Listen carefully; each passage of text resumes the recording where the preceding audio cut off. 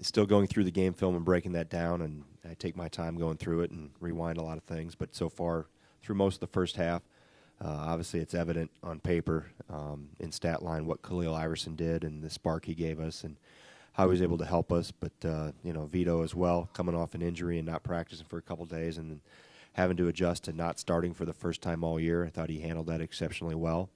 And then just to be able to grind it out. It wasn't pretty in the most in the fashion you always like to close a game out. But on the road, I understand, having been in this league for a long time, that we don't get style points. We're not swimming and diving, and we're not gymnastics, that you find a way to get it done. And you whatever it takes to close a game out. I thought we were pretty good from an offensive standpoint in the first half. We really have emphasized trying to minimize turnovers, to be able to do that and turn the ball over only 3 times in the first half, and then have some miscues in the second half where we turned it over 9 times.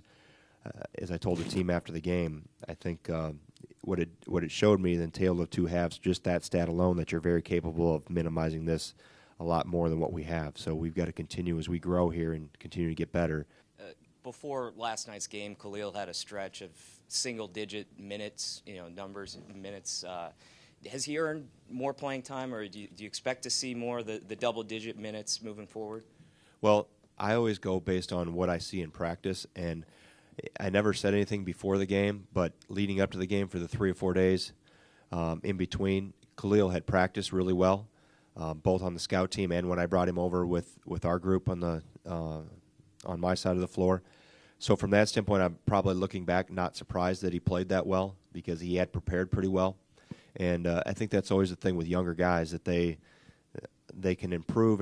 And I always say, when you put value into practice, practice will put value into you. And I think he did that. He did a good job of emulating.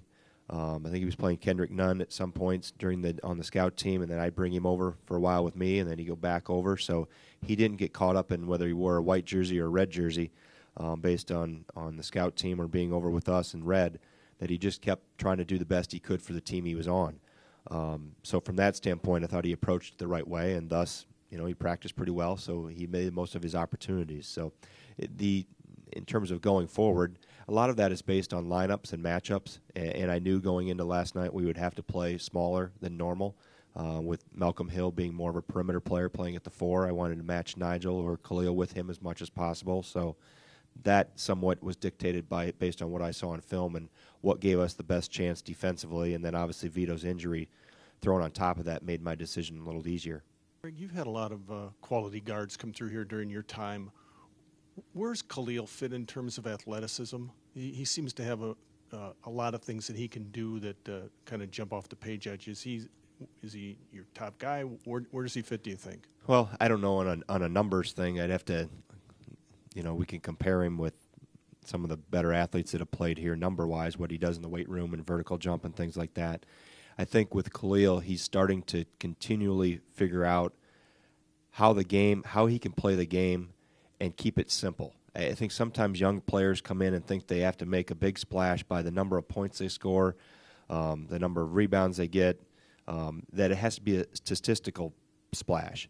And when younger guys figure out that I can make an impact by doing a lot of little things, diving on the floor, taking a charge, being the first to help a teammate get off the floor, being solid defensively, just that simple knock of a pass last night that he stole and jumped in between Malcolm Hill and whoever it came from on the wing and knocked it loose and took it to the other end. That was a spark.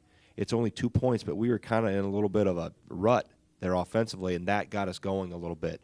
And then his ability to move along the baseline, he got clean for 2 of those dunks in behind the defense there. So just little things like that obviously his stat line jumps out last night, but we've had other guys, as I mentioned, Aaron Maish.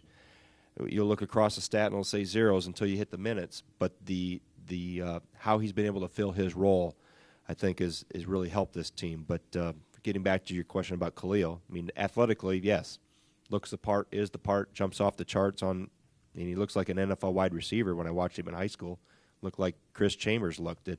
That's what Henry Mason told me when he was in high school, just long arms and built and runs and jumps, but has to figure out and continue to evolve in the skill set and also the the intellectual part of the game, and that's where I think we're starting to see some of that growth.